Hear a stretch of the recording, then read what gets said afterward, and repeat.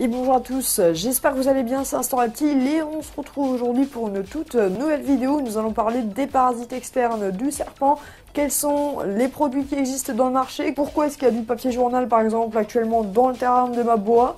Mes serpents sont parasités tous et là ils sont en phase de traitement depuis quelques temps déjà.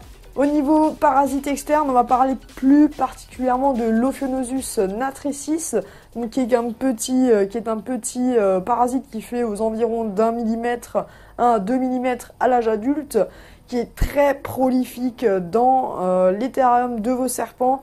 Alors après, la raison pour laquelle vous en avez, elle peut être multiple. Donc soit vous avez acquéri une bête récemment, vous n'avez pas fait de quarantaine, quand vous l'avez acheté, le serpent était déjà parasité, ou tout autre reptile, vous l'avez mis dans votre pièce d'élevage et paf, c'est l'explosion, tous vos terrariums sont envahis de parasites.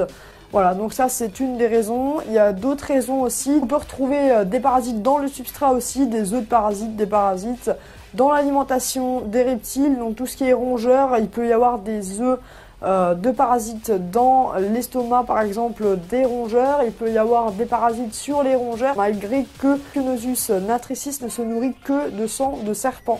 Voilà, donc moi je vous propose qu'on se fasse le petit jingle et on se retrouve juste après ça. C'est parti.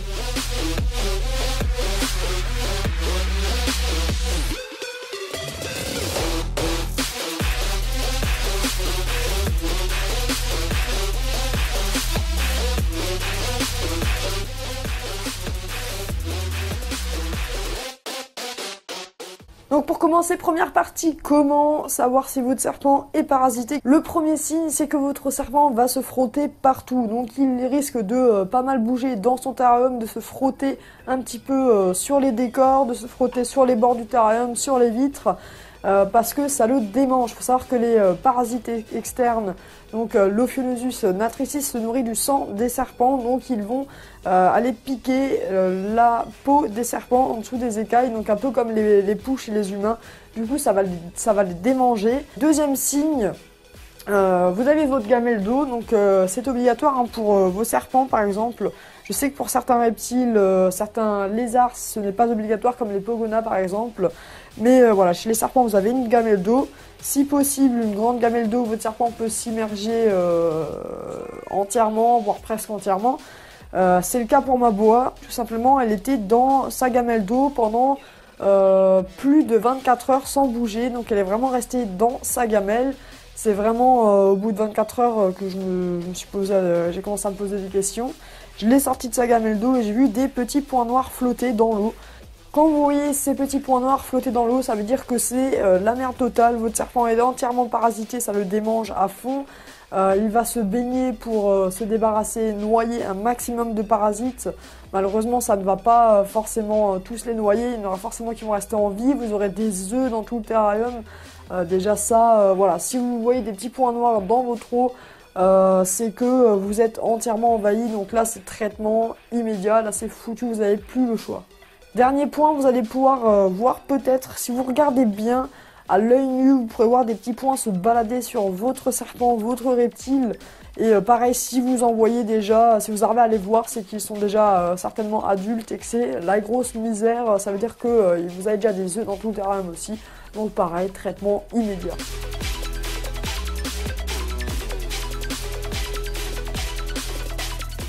Quand vous avez observé que vous avez des parasites sur votre serpent, dans votre gamelle d'eau ou dans votre terrarium, la première chose à faire, c'est de sortir votre serpent, de le mettre dans une fauna box, dans une boîte à part, et de tout virer ce que vous avez dans le terrarium. Donc vous prenez un sac poubelle, vous prenez un grand bac, vous mettez tout votre substrat dedans, et le substrat vous le bazardez, donc soit sur un compost, un fumier, ou alors dans un sac poubelle, vous mettez à la poubelle.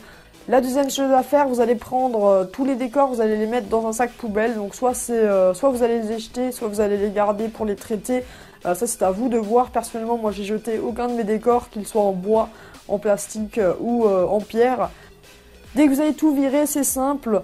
Vous allez commencer premièrement, déjà ça c'est pour tout le monde, vous allez commencer par nettoyer et désinfecter votre terrarium. Vous allez passer sur tout votre terrarium, partout, vous allez enlever votre fond. Vous passez partout, vous désinfectez tout correctement. Une fois que vous avez fait tout cela, après vous avez plusieurs possibilités avec les différents produits qui existent. Donc ça, on va y venir tout de suite.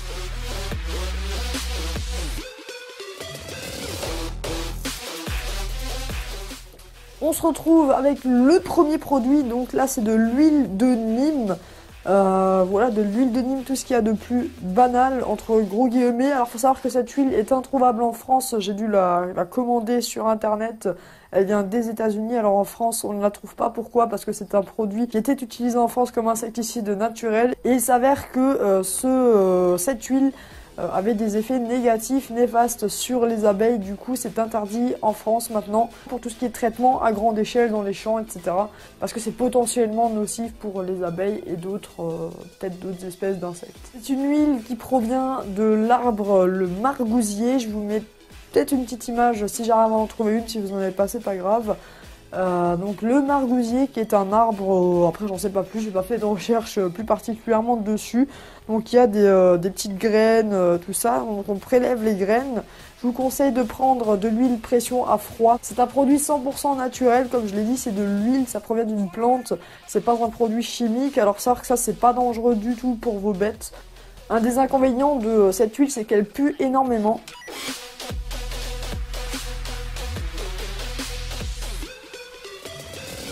Ça a vraiment une odeur assez particulière, assez forte. Bon là j'ai encore fermé, mais rien que d'ouvrir ça et de sentir un petit peu, franchement, ça a une odeur assez forte quand même, assez particulière et vraiment...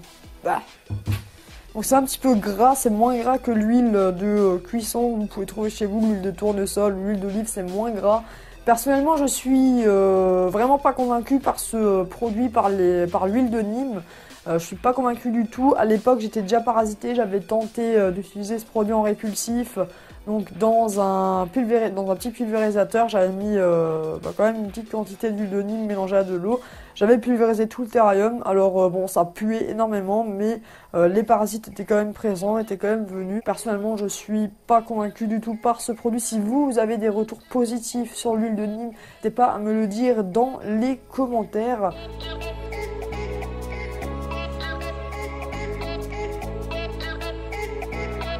Le troisième produit que je vais vous présenter, donc je le possède pas, mais j'en ai déjà vu, du coup j'en ai déjà entendu parler sur des groupes Facebook, des forums, tout ça. Donc c'est les plaquettes anti-moustiques que vous pouvez trouver dans le commerce. Voilà, donc des plaquettes anti-moustiques, à ce qui paraît, ça aurait un bon effet répulsif sur les parasites du serpent également. Ça marche, à ce qui paraît ça marche. Moi je n'ai aucun retour dessus, je n'ai jamais utilisé ce type de produit. Par contre, attention, gros point à prendre en compte. Ne prenez surtout pas de plaquettes contre le moustique tigre. Très mauvais retour de la part de certains éleveurs qui ont déjà tenté avec des plaquettes pour moustique tigre et ils ont eu du coup, ça a entraîné le décès de leur animal carrément. Ça a tué leur serpent. Moi personnellement je vous conseille carrément de ne même pas mettre de plaquettes anti-moustiques.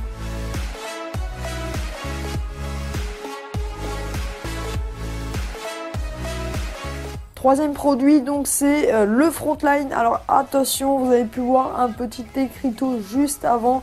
C'est pas pour rien que je le mets. Le Frontline est un produit qui contient des molécules qui peuvent être toxiques pour vos animaux si il est mal utilisé. Donc faites très attention. C'est très dangereux d'utiliser ce genre de produit sur vos animaux. Personnellement, ne le faites pas si vous ne savez pas comment le faire. Je vais vous expliquer un petit peu comment moi j'ai procédé. C'est ce produit que j'ai utilisé, que j'utilise pour traiter mes bêtes contre les parasites. Donc moi j'ai un très bon retour dessus, je sais comment l'utiliser. Donc premièrement, avant d'utiliser le Frontline, ce que je vous conseille c'est de virer votre gamelle d'eau. Vous allez prendre votre gamelle d'eau, vous allez la vider et vous la laisser en dehors du terrarium. Elle n'a plus rien à faire dans le terrarium. Voilà, parce que si le Frontline se mélange à l'eau et que votre bête boit l'eau qu'il y a dedans, c'est foutu. Donc de toute façon, au début, votre terrarium, vous ne pourrez pas l'utiliser. Je vous conseille d'avoir une boîte ou un rack ou bien une grande fauna box pour pouvoir mettre votre serpent qui va être en traitement les premiers jours.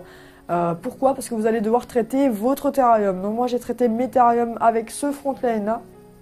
Donc c'est un Frontline en spray aussi. Sauf que celui-là est plus concentré que le petit.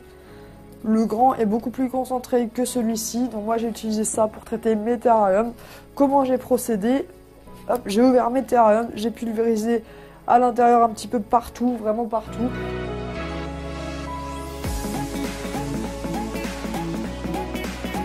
J'ai fermé entièrement mes terrariums, j'ai juste laissé ouvert les aérations bien évidemment. J'ai ouvert la fenêtre de ma pièce pour pouvoir avoir une bonne circulation de l'air et j'ai attendu 2 jours. Le 3e jour, j'ai entièrement ouvert mes terrariums pour laisser aérer encore pendant minimum 2 jours. Donc bien laisser l'air circuler à l'intérieur, laisser la forte odeur du frontline sortir du terrarium parce que ça sent très fort et je vous conseille d'éviter de respirer les vapeurs du frontline parce que ça peut vous donner de la nausée, des vertiges, tout ça, donc c'est vraiment très très fort.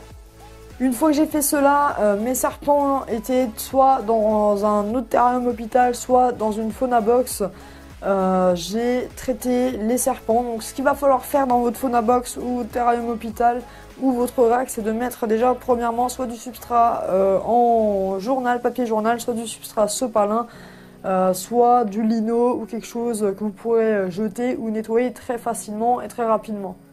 Je vous conseille d'avoir quand même un rack très bien aéré ou un terrarium bien aéré, un terrarium hôpital bien aéré ou une fauna box avec de bonnes aérations parce que le frontline, les vapeurs à respirer sont vraiment horribles. Imaginez déjà vous, si vous respirez du frontline, ça va vous faire tourner la tête. Imaginez votre serpent, s'il en respire énormément de vapeur, à mon avis, il va pas supporter.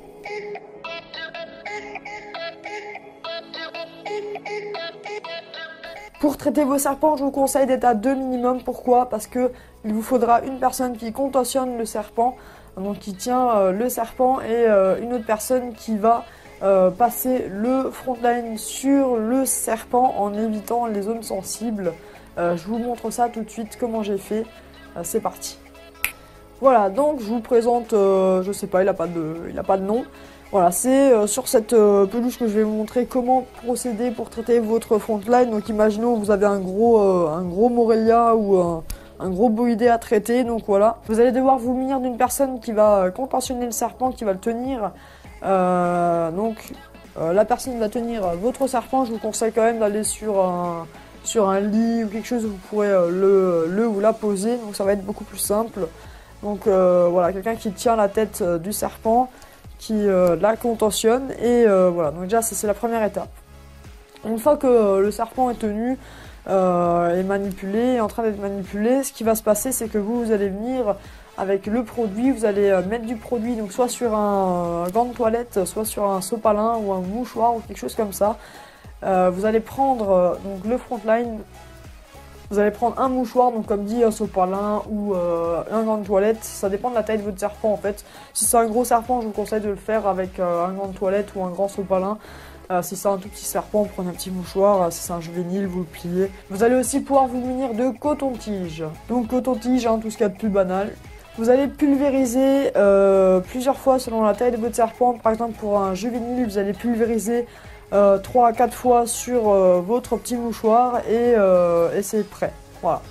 Pour un serpent de taille moyenne, donc 1m20, 1m30 à peu près, vous allez pulvériser 5 ou 6 fois sur votre sopalin, votre gant de toilette ou votre mouchoir.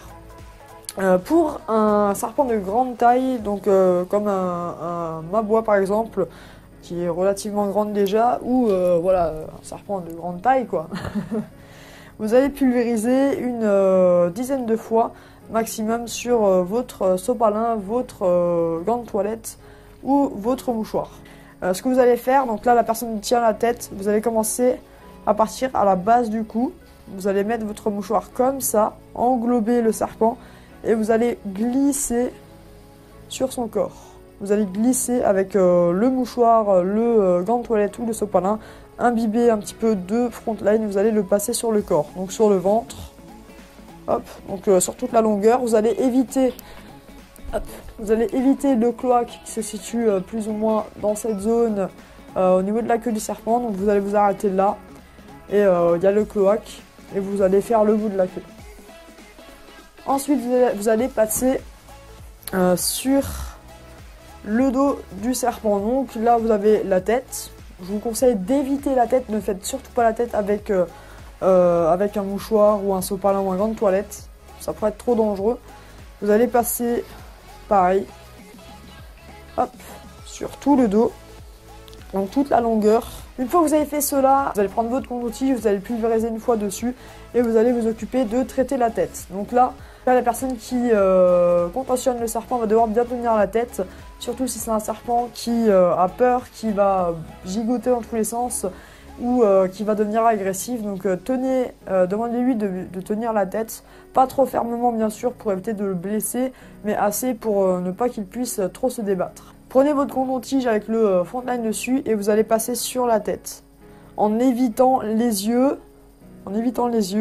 et en évitant les narines. Vous allez passer, voilà, vous n'allez pas trop près des yeux et pas trop près des narines. Vous allez passer comme ça sur la tête. Vous faites les flancs du cou en évitant la gueule, en évitant de passer au niveau de la gueule. Donc vous allez faire les flancs du cou, hop, un petit peu partout. Et pour terminer, vous allez demander à la personne de tenir un petit peu la tête du serpent en l'air. Donc voilà, je le fais grossièrement, hein, mais c'est pas comme ça que vous devez faire. Bien sûr, il y aura une personne qui va vous la tenir. Et vous allez passer en dessous de la mâchoire inférieure, donc notamment dans le pli au milieu qui fait que la gueule du serpent puisse s'élargir. C'est là où les acariens aiment bien se mettre. Vous allez passer dans le pli, hop, comme ceci. Et vous allez le prendre dès que tout est fait et vous le mettez dans le terrarium hôpital ou la fauna box ou le rack très bien aéré. Bien évidemment, dans la fauna box, le rack ou le terrarium hôpital, pas de gamelle d'eau, hein, c'est évident.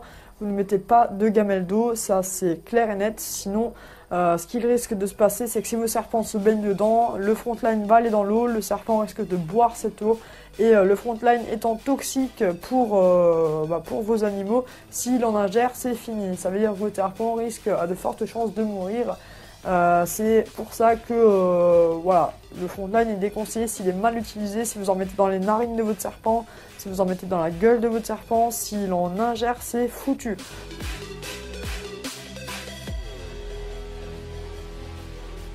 Voilà, vous allez laisser votre serpent en quarantaine pendant 3 jours minimum, sans eau bien évidemment. Une fois que les 3 jours sont passés, vous allez prendre votre serpent, lui faire prendre un petit bain en prenant soin de maintenir la tête en dehors de l'eau pour éviter qu'il boive l'eau ou le frontline se sera déversé dedans. Vous le rincez un petit peu pour lui enlever le produit qui pourrait rester sur lui de son corps, même si le principe actif se sera déjà évaporé. Vous allez ensuite mettre du journal dans vos terrariums, dans les terrariums de vos animaux, du journal, et vous allez le placer dans son terrarium. À partir de ce moment-là, vous pouvez lui remettre la gamelle d'eau bien remplie. Ah oui, j'ai oublié de préciser une chose, quand vous avez mis tous les décors dans les sacs poubelles, vous devez passer ce frontline aussi.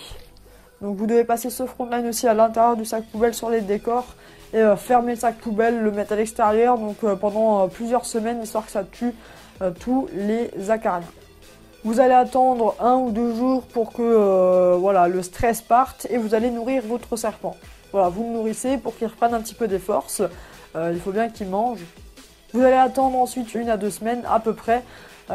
Et dès que ces 2 semaines sont passées, ce que vous allez faire, vous allez répéter l'opération. Vous allez enlever la gamelle d'eau de votre terrarium et vous allez retraiter votre serpent avec le frontline comme je vous ai montré sur la peluche. Vous allez passer sur tout le corps, au coton-tige, à la tête, en faisant très attention aux narines, aux yeux. Et cette fois-ci, vous pouvez le remettre dans son terrarium à lui avec le papier journal ou le sopalin ou le lino en fond. Et sans la gamelle d'eau, hein, je le répète. Pourquoi aussi un deuxième passage? Pour tuer les œufs qui auront éclos entre temps. Les parasites qui y a sur votre serpent, que vous avez vu, qui ont fait que vous traitez votre serpent, ont certainement pondu plein de petits œufs partout. Et le frontline ne tue pas les œufs. Au bout de 3 jours de nouveau, donc vous allez refaire prendre un bain à votre serpent. Donc comme première étape, vous le sortez, vous le mettez dans votre baignoire, dans une petite fauna box. Évidemment le bain à la bonne température, donc 28 degrés environ. Vous lui faites prendre un petit bain, vous le mettez dans l'eau en maintenant la tête hors de l'eau pour éviter qu'il boive de cette eau. Vous le sortez, vous le séchez un petit coup, vous le remettez dans son terrarium, vous remettez la gamelle d'eau et c'est parfait. Moi j'en suis au deuxième passage, là toutes les gamelles sont dehors parce que mes serpents ont été traités hier pour le deuxième passage. Je vais encore attendre demain voire après-demain pour virer du coup tout le journal et je vais mettre le substrat de nouveau. Donc mon fameux snake bedding, je vais tout remettre dans le terrarium comme c'était avant. Je vais prendre ensuite les décors, je vais les rincer dans la douche ou la baignoire, donc je vais bien les rincer à fond et je pourrai les raccrocher dans le terrarium sans problème une fois qu'ils seront rincés. Pour la troisième et dernière étape, ce que je vais faire, c'est que je vais commander du Taurus. Donc ça, c'est le dernier produit, le Taurus. Alors je sais que beaucoup apportent beaucoup d'importance à ce produit. Le seul défaut que je trouve au Taurus, c'est que ça coûte relativement cher, mais à ce qui paraît, c'est très efficace et ça mange les œufs. Merci d'ailleurs à Stan Reptile qui m'a donné la petite précision par rapport au Taurus. Je ne savais pas que ça mangeait les œufs également. Donc ce que je vais faire, c'est que voilà, en troisième partie, je vais traiter avec du Taurus. Je vais en mettre dans tous les terrariums pour vraiment finaliser et tuer vraiment tout ce qui reste. S'il reste vraiment encore un ou deux petits parasites ou quelques œufs dans le terrarium, ça va vraiment tout tuer.